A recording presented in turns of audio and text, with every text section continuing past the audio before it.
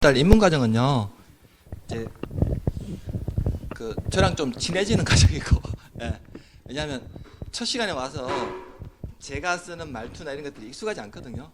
예. 그러다 보니까 11월, 12월 달에 그래도 교수님들하고 다른 과목 교수님들하고도 친해지시려면 적어도 한 달 정도는 수업 들어보셔야 돼요. 그래야 이제 교수님 말투나 억양이나 이런 것들이 좀 이해가 되실 거고, 처음에는 서울말 쓰시는 분들이 와도 잘 안 익숙해요. 예. 저도 서울말 쓰려고 되게 많이 노력하지만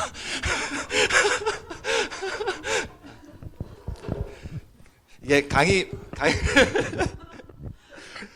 이렇게 하다 보면 말이 좀 빨라지면 그 사람의 억양이나 이런 것들이 딱 티 나오거든요. 예. 저도 딱 보니까 경상도 사람 같죠. 예. 딱 억양이나 이런 것들이 딱 튀어나오니까 아무리 되도록이면 서울 말투를 되도록 쓰도록 노력할게요. 그런 기간이니까 그렇게 좀 마음을 잡으시고 일단 기가 뚫리셔야 돼요. 11월, 12월 달에는 기가 뚫리는 날이고, 이제 1월 달 되면 우리가 공부를 해야 될 교과서가 오거든요. 입문서는 말 그대로 길라잡이 책이에요. 그렇기 때문에 제가 줄을 치거나 이렇게 하지 말라는 이유가 그것 때문이에요. 왜냐하면 기본서를 가지고 우리가 공부를 해야 되거든요. 우리 애들로 치면 이제 교과서거든요, 그게.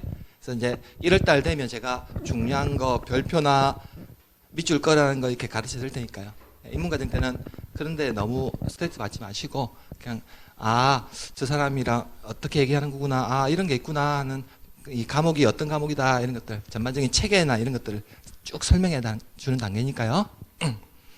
나중에 이제 1, 2월 달, 3, 4월 달, 5월 달 가면 줄 치고 별 하고 엄청 많아요. 그럴 테니까 그때 이제 하시면 되고, 지금은 일문서에 간단하게 적혀져 있는 내용은 보시고, 아니면 간단하게 메모하실 건 메모하시고, 그리고 용어집을 많이 활용하세요. 용어를 좀 많이 아셔야 되니까요. 공부해 보신 분들도 있고 안 해보신 분들도 있는데, 용도 지역, 용도 지구란 말은 사실은 생소한 용어거든요. 일상생활 하면서 잘 들어볼 수는 없는 용어예요. 그러다 보니까 오늘은 이제 공법에서 이런 단어들도 있구나. 사실은 용도 지역이라는 것은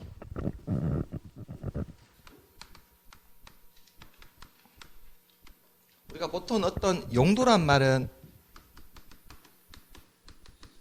쓰임새나 이런 걸 얘기하죠. 그러면 이 땅의 쓰임새가 뭐냐 이거거든요. 만일에 이 땅의 쓰임새를 전부 다 그냥 상업지역으로만 하게 되면 대구에는 그러면 주거지역은 없고 다 상가만 있겠네요. 그렇게 할 수는 없겠다는 거죠. 그러다 보니까 그 땅의 쓰임새에 맞게끔 이 용도 지역을 주거나 상업, 공업, 녹지 지역으로 이렇게 나눴어요. 그럼 이 네 개를 묶어서 도시 지역이라는 표현을 쓰고요. 그리고 이 지역은 조금 관리가 필요하대요. 그리고 농림지역이나 자연환경 보전지역에서 이 지역을 비도시지역이라는 표현을 써요. 그래서 우리나라의 모든 토지에는 이렇게 용도지역이 지정되어 있는데, 도시지역은 4개로, 비도시지역은 3개로 나눠져 있어요. 다만 우리가 나중에 시행령에 가게 되면 주거지역은 다시 1종 전용, 2종 전용, 1종 일반, 2종 일반, 3종 일반, 준주거라고 해서 총 6개로 나뉘고요. 다음 주에 한 번 더 볼 겁니다. 이 용도지역이 됐어요. 자, 상업지역은 4개로 나뉘는데요. 중심상업, 일반상업, 우리 법에는 근린상업, 유통상업적으로 있는데, 나중에 공부하실 때는 유통상업적을 제가 위에 놓을 거예요. 그리고 근린상업적을 밑으로 놓을 건데, 중심상업적 같은 지역은 우리가 지금 공부하고 있는 바늘 땅 같은 지역, 그다음에 범어 내거리 같은 지역, 이런 지역은 중심상업적으로 지정되어 있고요. 일반상업적 같은 데는 우리 이런 바늘 땅을 조금 벗어난 지역 있죠. 이런 지역은 일반상업적으로 지정되어 있고, 유통상업지역은 도시 안과 밖에 유통기능을 증진하기 위해서 지정되어 있거든요. 그래서 우리 북구에 가면 유통상업지역이 하나가 있어요. 북구 매천동에 가면 이런 데는 주로 도매시장이 있어요. 매천동에 농산물 도매시장 있나요? 네. 그리고 근린상업지역은 주로 재래시장들이 많이 있어요. 우리 서문시장이나 남문시장 이런 데 있죠. 예. 이런 재래시장이 있는 지역은 보통 근린상업지역으로 많이 지정되어 있어요. 예. 상업지역을 구분할 때도 이렇게 네 가지로 구분이 됩니다. 예. 그다음에 공업지역도 세 가지로 구분이 되는데요. 예. 천연공업지역, 일반공업지역, 중공업지역으로 구분이 되어 있어요. 근데 우리 대구에 유일하게 없는 공업지역 중에서 유일하게 없는 공업지역이 하나가 있어요. 대구에 천연공업지역은 없어요. 천연공업지역은 주로 중화학공업이나 공해성 공업이 많이 배치되어 있거든요. 대구에는 그런 공업지역은 없죠. 근데 울산에는 아주 많아요. 울산에는 석유화학단지하고 온산공단지라고 해서 석유화학단지는 주로 석유화학 제품 있죠. 그런 데서는 환경오염 물질이 얼마나 많이 나오겠습니까? 그리고 온산공단이라는 데는 주로 비철금속 아시나요? 구리나 납, 수원 같은 거 이런 것들을 취급하는 공장들이 많거든요. 그래서 우리 울산에는 제가 살고 있는 울산에는 천연공업지역이 되게 많아요. 그럼 여기는 1년 내내 매캐한 매연들이 가득한 지역이에요. 그러다 보니까 이 대구에는 유일하게 천연공업지역이 없더라고요. 제가 용도 지역 찾아보니까 일반공업하고 중공업지역은 있는데요. 다음 주에 제가 이거 한 번 더 자세하게 한번 보여드릴게요. 녹지 지역도 다시 세 개로 나뉘는데 자연 녹지, 생산 녹지, 보전 녹지 지역에서 총 3개로 나뉘는데 이렇게 도시지역이 4개가 나중에 시행령에 가면 총 16개 지역으로 나뉘게 돼요. 그럼 이런 용도지역은 어떤 용도지역에 지정하는가, 용도지역 확인하는 방법은 어떤 건가 제가 다음 주에 가르쳐 드릴게요. 요령에 대해서요. 자, 비도시역은 관리, 농림, 자연환경 분지역으로 나뉘는데 이 관리지역만 유일하게 비도시역 중에서 3개로 세분이 돼요. 계획관리하고 생산관리, 보전관리지역으로 세분이 돼요. 나중에 계획관리지역은 지금은 비도시지역이지만 나중에 도시지역으로 편입이 예상되는 지역이에요. 그래서 비도시지역 중에서는 계획관리지역이 땅값이 제일 비싸요. 나중에 이 지역은 도시지역으로 편입이 예상되는 지역이거든요. 그리고 생산관리, 보전관리지역은 아니고 농림지역에서는 주로 농림업 진흥이나 산림을 보존하기 위해서 지정하고 자연환경 보존지역은 주로 댐 인근 지역이 같은 데 있죠. 이런 데 상수원을 보호하기 위해서 이런 지역에 많이 지정합니다. 나중에 이제 그림으로 딱 보면서 하면 용도지역 정도는 잘 기억해 두시면 돼요. 억지로 안 결려하지 마세요. 나중에 이제 이 용도지가 어떻게 파악하는가 이렇게 보여드릴 거고, 용도지구도 사실은 총 법에서는 10개로 세분이 되는데 10개로 나뉘는데 나중에 시행령에 가면 5개 용도지역이 15개로 세분이 돼요. 또 그래서 총 20개 용도지구로 세분이 된다는 거 또 다음 주에 보여드릴 거고요. 자, 다음 그림 한번 보시면 이제 자, 우리 대구광역시 북구에 있는 산인데요. 혹시 산에 가다가 이런 표지판 보신 적 있나요? 이 지역은 개발제한구역입니다. 개발제한구역 내에서 허가받지 않고 건축물을 건축하거나 토지 형질 변경하거나 토속 채취를 하거나 토지 분할하는 행위는 나중에 3년 이하의 징역 또는 3천만 원 이하의 벌금이 처하게 됩니다. 그래서 대구광역시 북구청장하고 대구 북부경찰서라고 딱 적어놨죠. 이게 다른 말로 이제 용도구역이라는 표현을 써요. 용도구역. 혹시 남구하고 수성구에 걸쳐 있는 이 산 아시나요? 대구에서 아주 유명하죠. 대구의 도심 내에서 거의 허파 역할을 하는데 압산공원 들어보셨죠? 압산공원 보니까 이게 압산공원 올라가는 길이 아주 등산로가 여러 구역이 있더라고요. 압산공원에 저기 혹시 야영장 있는 거 아세요? 야영장 있는 거? 가족들하고 혹시 안 가보셨나요? 그 카라반도 설치되고 하는데 안 가보셨나요? 나중에 시간 내서 한번 가보세요. 거기 그거 바베큐도 할 수 있고 하니까 카라반도 설치되어 있고, 지금 텐트 치고 자면 안 돼요. 다음날 입 돌아갑니다. 추워서. 카라반 같은 거 설치해놨어요.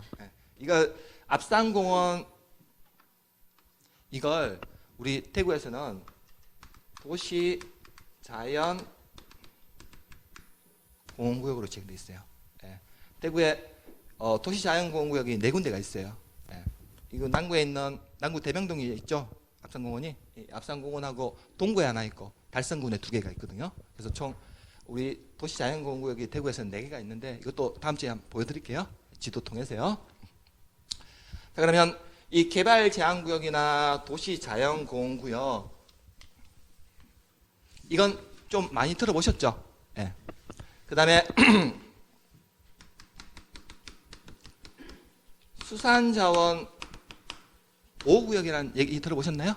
수산자원 보호구역? 네. 그 다음에 시가화 조정구역이라는 단어 들어보셨나요? 네. 그 다음에 입지규제 최소구역이라는 게 있는데요. 이렇게 개발제한구역하고 도시자연공원구역, 수산자원보호구역, 시가조정구역, 입지규제 최소구역 이 5가지를 용도구역이라는 표현을 써요.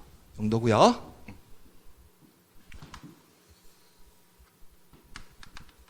우리나라의 모든 토지에는 지금 용도지역이 지정되어 있거든요. 예.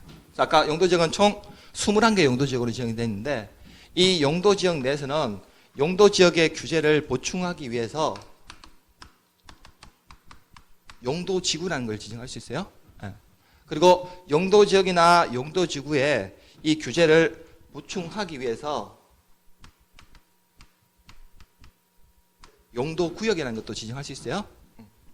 근데 이 용도지역은 총 21개 용도지역 상호간에는 절대로 중복해서 지정하면 안 돼요. 21개 용도지역 내에서는요. 이 지역이 주거지역이면 주거지역이지 주거지역이자 관리지역 이렇게 지정하면 안 된다고요. 21개 용도지역 상호간에는요. 그러면 용도지역 내 용도지구 중복해서 지정하는 건 가능할까요? 예, 용도지역 내 용도지구 중복해서 지정하는 건 가능해요. 예. 그럼 용도지역 내 용도구역 중복하는 건요? 이것도 가능해요. 이것도 가능해요. 예. 다만 용도지역은 이 용도지역 상호간에는 절대 중복 지정 안 되는 거지 용도지역 내 용도지구나 용도구역 중복 지정하는 건 얼마든지 가능합니다. 예. 토지를 이렇게 이용하고 규제를 받게 돼요. 예. 나중에 앞산을 한번 꼭 가보세요. 예. 그 도시자연공원구역은 원래 자연공원은 국립공원이 있고 도립공원이 있고 군립공원으로 나뉘어져 있어요. 예. 근데 우리 대구에는 대표적으로 저기 팔공산은 국립공원일까요? 도립공원일까요? 팔공산 있죠. 선본사 갓바위가 손을 들어주는 팔공산 있죠. 예. 우리 팔공산은 대구만 있습니까? 아니면 경산하고 걸쳐 있습니까? 걸쳐 있어요. 그러다 보니까 팔공산은 도립공원으로 지정되어 있거든요. 예, 도립공원. 저기 달성군에 가면 군립공원 있어요. 예. 근데 자연공원은 자연공원인데 도시적 안에 있는 자연공원이에요. 그래서 이름을 도시자연공원구역이라는 표현을 써요. 예. 그래서 남구 대명동에 있는 앞산공원하고 동구에 혹시 복무공원이라고 들어보셨어요? 복무공원 들어보셨어요? 예. 저기 달성군에 대니산하고 비슬산 공원 들어보셨어요? 예. 비슬산 유명하죠? 예. 그 4개가 지금 대구에서 도시자연공원구역으로 지정되어 있어요. 다음 주에 제가 사진 보여드릴게요. 예. 그 4개가 지금 지정됐습니다. 그 도시자연공원구역 안에서는 혹시 앞산이나 이런 데 올라가실 때 보면 주택이나 아파트 건축되어 있는 거 혹시 보신 적 있으세요? 이 안에 제가 말씀드린 4개 그 공원 안에 주택이나 아파트 건축 가능할까요?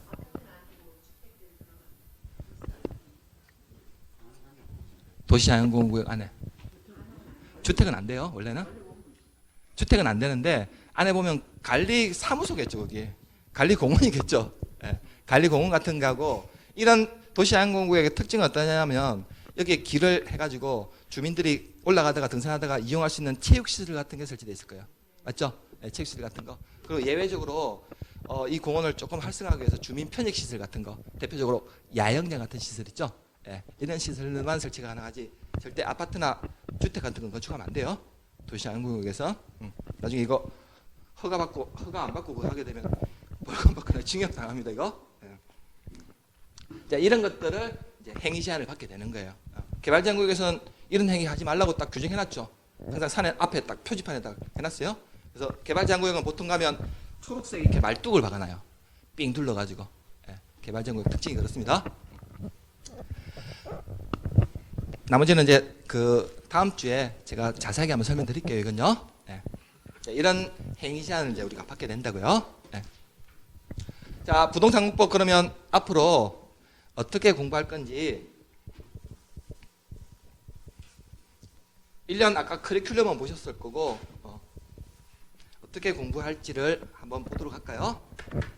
우리 부동산 공법이란 과목은 우리 공인중개사 과목 중에서 범위가 제일 넓어요. 예. 아까 1차가 몇 과목 있다고 했나요? 2과목 있다고 했나요? 예. 개론하고 민법이라는 과목이 있죠? 예. 민법 과목의 이 법률 조문이 약 1000개 가까이 될 거예요. 예. 자, 2차 과목은 중개사법하고 공법하고 공시법, 세법이 있다고 했죠? 예. 공인중개사법 법 조문 몇 개나 될 것 같아요? 약 150개 정도 돼요. 예. 공시세법 법 조문 약 300여 개 정도 돼요. 예. 공법 법 조문 몇 개나 될까요? 약 3,000개 정도 돼요. 예. 아니 너무 겁먹지 마시라고. 조문은 되게 많은데요. 6개 왜냐하면 6개 법률을 모아놨거든요. 아까 6개 법률을 모아놨다고 했죠. 그러다 보니까 법 조문은 되게 많아요. 가장 많은데 이 중에서 나오는 법률 조문은 우리 시험에서 나오는 법률 조문은 딱 정해져 있거든요.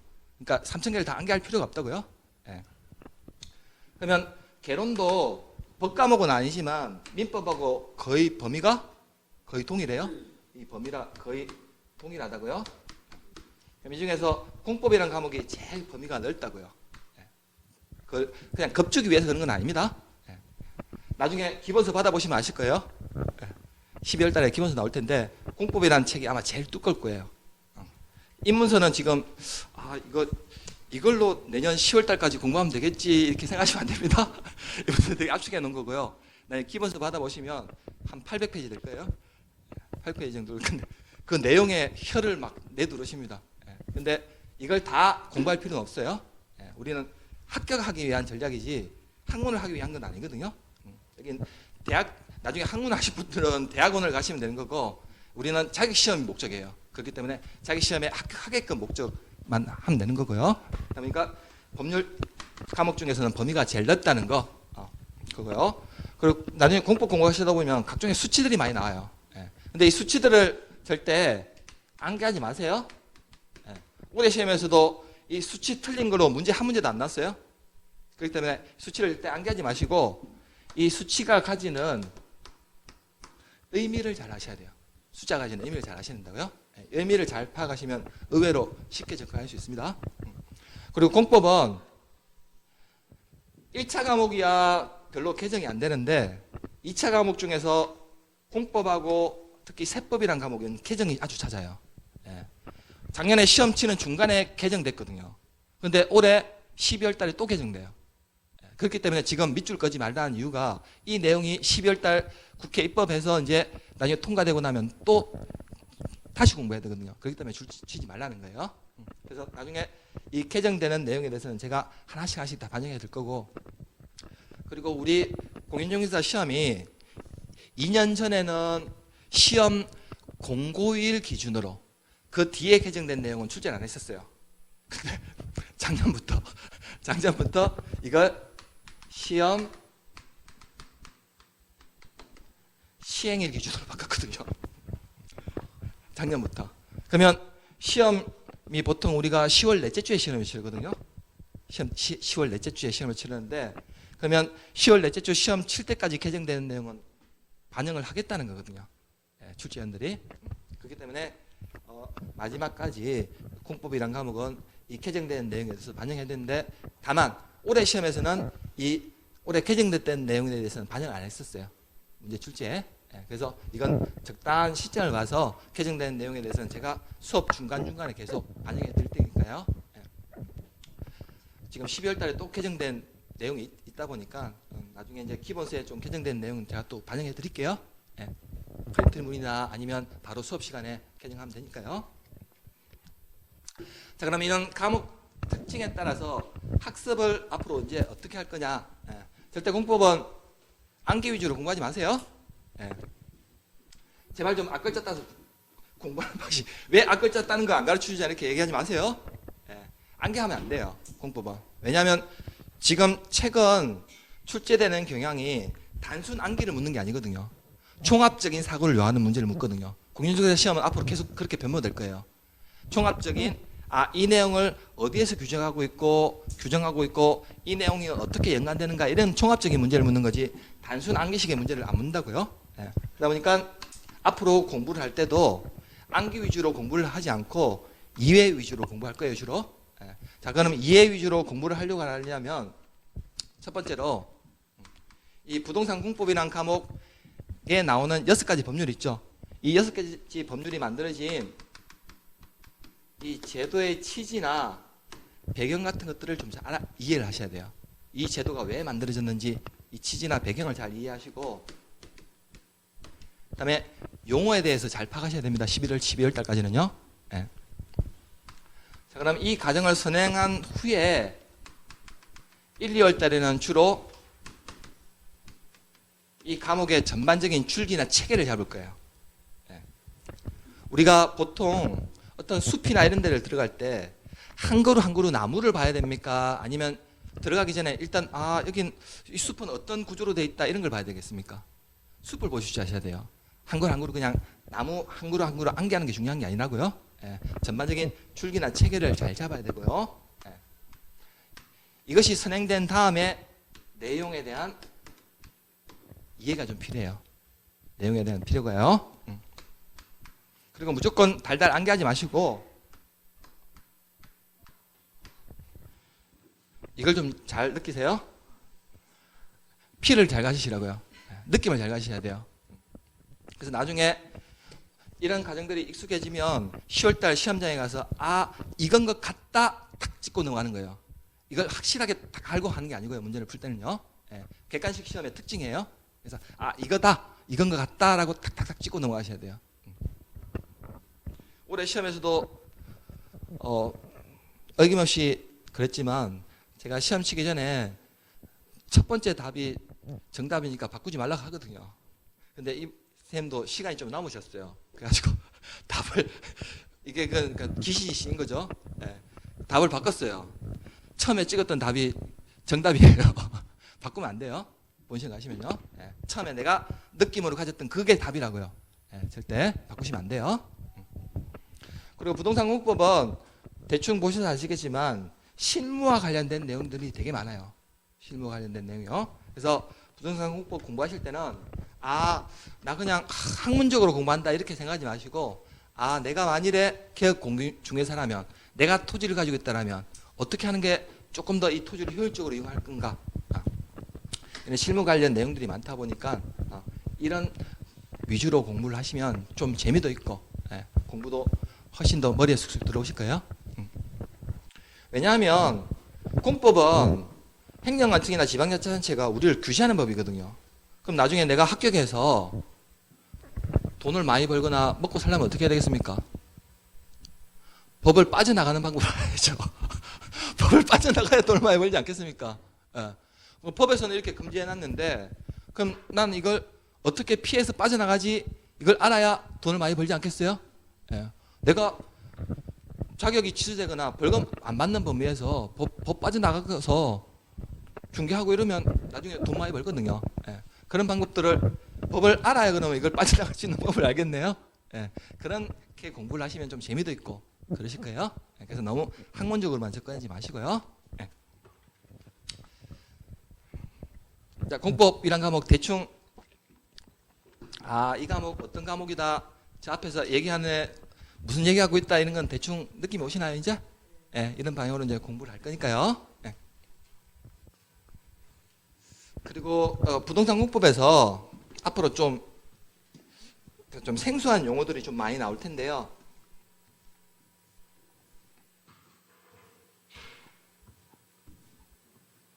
이 단어 몇 개 정도는 좀 알고 가세요.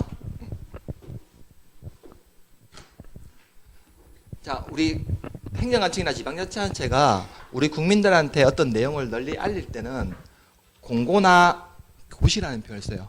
예, 공고하거나 고시라는 표현을 쓰는데, 공고라는 것은 일시적으로 법적 효력이 없는 것을 널리 알릴 때는 공고라는 표현을 쓰고요. 예. 그리고 계속적으로 법적 효력이 있는 것을 알릴 때는 고시라는 표현을 써요. 예. 자, 그럼 우리 공법에서 앞으로 고시란 말이 참 많이 나올 텐데요. 예. 고시를 한다는 말은 앞으로 중요한 법적 효력이 발생한다는 의미가 있어요. 예. 법적 효력이 발생할 때는 반드시 고시를 통해서 알려야 됩니다. 예. 공고라는 것은 일시적으로 효력이 없는 것을 일시적으로 알릴 때는 공고라는 표현을 쓰고요. 그래서 대구광역시에서 고시를 한다는 말은 그러면 우리 국민들을, 우리 대구 시민들에게 행위 제한하는 어떤 법적 효력이 있는 것을 알릴 때는 고시라는 표현을 반드시 써야 돼요. 이 두 개가 좀 달라집니다. 자, 그러면 행정관청이나 지방자치단체가 우리 국민들에게 뭔가 널리 알릴 때는 카톡으로 딱 알리면 되겠네요. 카톡이나 문자로 알리면 안 돼요. 예, 반드시 어떤 공적인 문서를 통해서 알려야 된다고요. 예, 그 공적인 문서를 관보나 공보라고 하는데, 만일에 국토교통부 장관 이런 국가에서 뭔가 국민들에게 널리 알릴 때는 관보를 통해서 알리고요. 예, 그리고 지방자치단체 있죠. 예, 우리 대구광역시에서 대구 시민들에게 뭔가를 널리 알릴 때는 공보라는 걸 통해서 널리 알려야 됩니다. 예, 그래서 관보는 국가나 국토교통부 장관이, 그리고 공보는 지방자치단체장이 뭔가를 널리 알릴 때는 이 공적인 문서를 통해서 알려야 돼요. 그리고 앞으로 그 용어 중에서 요청이나 제안이라는 표현을 많이 나오는데요. 그 요청이나 제안은 뭐뭐 해주세요라는 표현이 있는데요. 만일에 행정관청이 뭔가를 상급행정관청한테 뭐뭐 해주세요라는 표현을 쓸 때는 요청이라는 표현을 쓰고요. 그리고 비행정관청이 있죠. 일반 국민들이 뭔가 행정관청한테 뭐뭐 해주세요라는 표현을 쓸 때는 제안이라는 표현을 써야 돼요. 우리가 일상생활에서는 사실은 크게 요청이나 제안이나 별 차이가 없어 보이는데, 우리 공법에서는 좀 달라집니다. 그래서 행정관청이 할 때는 요청, 비행정관청이 할 때는 제안이라는 표현을 쓴다고요. 뭐뭐 해달라고 할 때는요. 그리고 우리 공법은 일반 국민들에 대해서 규제하는 법이다 보니까, 일반 국민들에 대해서 행위 제한으로 인해서 내가 피해를 봤어요. 그러면 이건 적법한 절차에서 피해를 본 거거든요. 이때는 손실보상이라는 표현을 써야 되고요. 내가 운전을 하고 있는데 이 사람이 음주를 했어요. 그래서 중앙선을 침범해서 내 차를 들이받았어요. 자, 그러면 이런 상황에서는 중앙선을 침범해서 들이받은 이 사람은 적법한 겁니까? 위법한 행위입니까? 위법한 행위죠. 그럼 이때는 내가 차문을 열고 탁 내리면서 이 사람한테 내 차 당장 손실보상해라는 표현을 쓰면 안 돼요. 손해배상이라는 표현을 써야 된다고요. 손해배상요. 그래서 공법에서는 주로 적법한 절차에서 하다 보니까 손실보상이라는 표현이 많이 나오고, 그러면 개인과 개인 간의 어떤 위법한 행위에서 손해배상이란 이 단어는 어느 법에서 많이 나올까요? 1차 과목 중에서. 민법에서는 주로 손해배상이라는 표현이 많이 나와요. 그래서 개인과 개인 간의 관계에서, 왜냐하면 이 갑이라는 사람이 있는데, 이 갑이라는 사람이 을한테 물건을 매매하기로 했어요. 근데 이 사람이 을한테도 매매를 하고 A라는 사람한테도 이렇게 이중 매매를 했대요. 그러면 이 갑이라는 사람은 적법한 행위를 한 겁니까? 위법한 행위를 한 겁니까? 그러면 이 을과 A는 갑한테 위법한 행위니까 손해배상 해달라고 요구하겠죠. 그래서 민법이라는 법에서는 손해배상이라는 표현이 많이 나오고, 우리 공법에서는 손실보상이라는 표현이 많이 나와요. 왜냐하면 적법한 절차에서 내가 가진 토지가 이번에 도시개발 사업인 정비사업을 하면서 내 땅이 수용을 당했어요. 수용은 무슨 말인지 아시죠? 내 땅이 수용을 당했어요. 그럼 이건 국가나 지방자치단체가 위법한 행위를 한 겁니까? 신도시개발이나 정비사업을 위해서 한 적법한 행위입니까? 적법한 행위다 보니까 이때는 손실보상이라는 표현을 쓴다고요. 공법에서는요. 그리고 제일 많이 헷갈리는 게 이 내용인데요. 앞으로 어떤 뭐뭐와 가, 밑이나 이구라는 표현은 이게 포함하는 의미예요. 영어로 얘기하면 and예요. 자, 그러면 부동산이란 토지 및 그 정착물은 부동산이라는 표현을 썼거든요. 그러면 부동산은 토지만을 얘기하는 겁니까? 아니에요? 예. 토지와 그 정착물이니까 토지와 정착물까지 다 포함해서 부동산이라는 개념을 쓴다고요? 예. 그래서 와나 가나 미시나 이구라는 표현은 영어로 얘기하면 and라는 표현이에요. 예. 그러니까 수업 시간에 제가 and 적으면 이 개념이라고 생각하시면 돼요. 예. 둘 다 포함하는 개념이라고요. 자, 그러면 또는이나 이거라는 표현이란 말은 영어로 얘기하면 or거든요. 예. 그럼 각각의 의미를 알겠어요. 예. 나중에 건축법에 가시면 건축물이란 토지에 정착하는 공작물 중에서 지붕과 기둥 또는 벽이 있는 것을 말한다라고 규정하고 있거든요. 예. 자, 그러면 건축물이라는 것은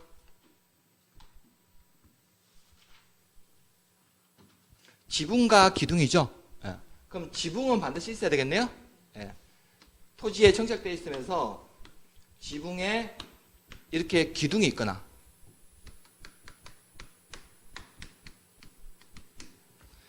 또는이죠. 예. 그럼 또는이란 말 뒤에 이게 무슨 말이 생략되어 있는 겁니까? 지붕이란 말이 생략되어 있는 의미가 있는 거예요. 예. 건축물이란 토지에 정착하는 공작물 중에서 지붕과 기둥 또는 지붕과 벽이 있는 것을 건축물이라고 표현한다고요. 예. 이게 지붕이라는 표현이 생략되어 있는 거예요. 예.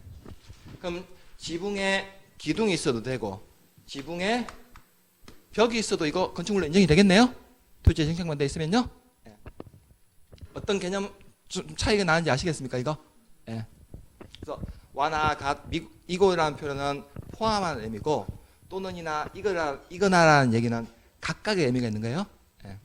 둘 중에 하나만 갖춰도 이건 건축물로 인정해도 되겠다는 거예요. 예. 토지에 정착되어 있으면서 지붕가에 기둥이 있거나 아니면 지붕에 벽이 있으면 이것도 건축물로 인정해 주겠다고요. 예. 무슨 말인지 아시겠죠? 이거? 예. 나중에 이 개념이 좀 많이 나와요. 공법이라는 과목에서. 예. 이게 많이 좀 헷갈리는 내용이에요. 예. 자, 기본 많이 나오는 용어들 한번 보셨고요. 그 인문과정 때는 제가 페이지 너무 신경 안 쓰고 예, 이렇게 쭉쭉 진행할 겁니다. 예, 쭉쭉 진행할 거고 그 나중에 수업 중간에는 그 저뿐만 아니라 다른 과목들도 중간에 이렇게 질문하시면 좀 난감해요, 교수님들이. 그래서 궁금하신 거나 아니면 좀 의문되는 사항 있으면 수업 마치면 뭐 개인적인 질문이도 상관없으니까요. 오셔가지고 물어보시고 그 인문서 이거 체계가 좀 체계적으로 된 게 아니라 책을 막 압축을 하다 보니까 왔다 갔다 하거든요. 예, 그러다 보니까 제가 밑줄 긋지 말라는 이유가 그것 때문이니까요. 자, 그러면 오늘 간단하게 오리엔테이션 하고 기본적인 용어들을 한번 봤었고 이제 다음 주부터 해서 우리 부동산 공법에서 이제 첫 번째 법률인 국토의 계획 및 이행하는 법률 있죠? 이 법률에 대해서 이제 하나씩 들어갈 거예요. 그래서 11월, 12월 달 가정하면 8주 정도가 나오는데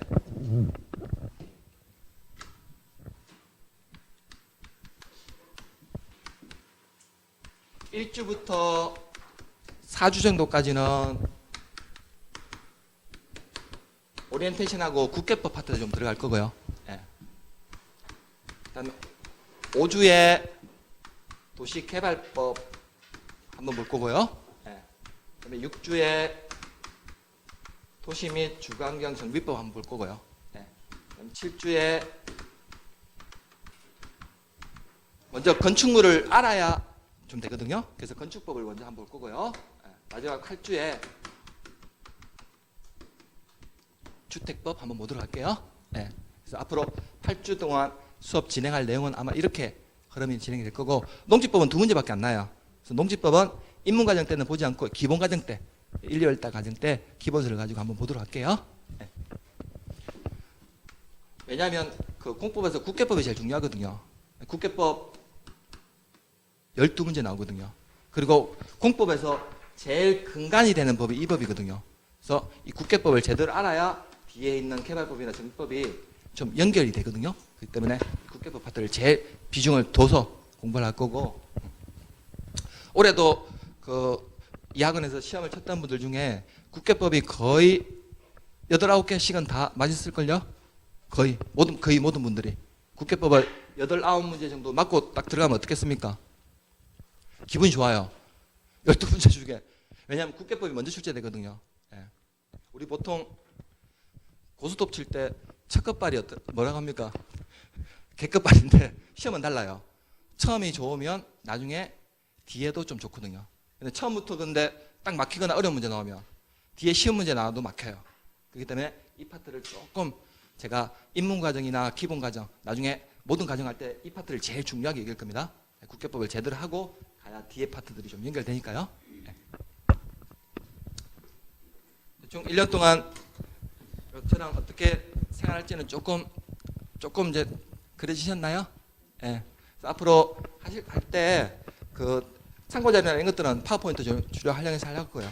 왜냐하면 요즘 강의하는 추세가 막 이렇게 분필이 휘날리면서 강의하는 추세가 아니에요. 최근 강의하는 추세가요. 예, 그렇기 때문에 이렇게 조금 그림으로 보시면 조금 더 이해가 쉽고 하실 거니까요. 예. 다음 주에 자료 좀 더 내용 잘 준비를 해서 오도록 하겠습니다. 예. 고생하셨고 다음 주에 건강한 모습으로 뵙도록 하겠습니다. 고생하셨습니다.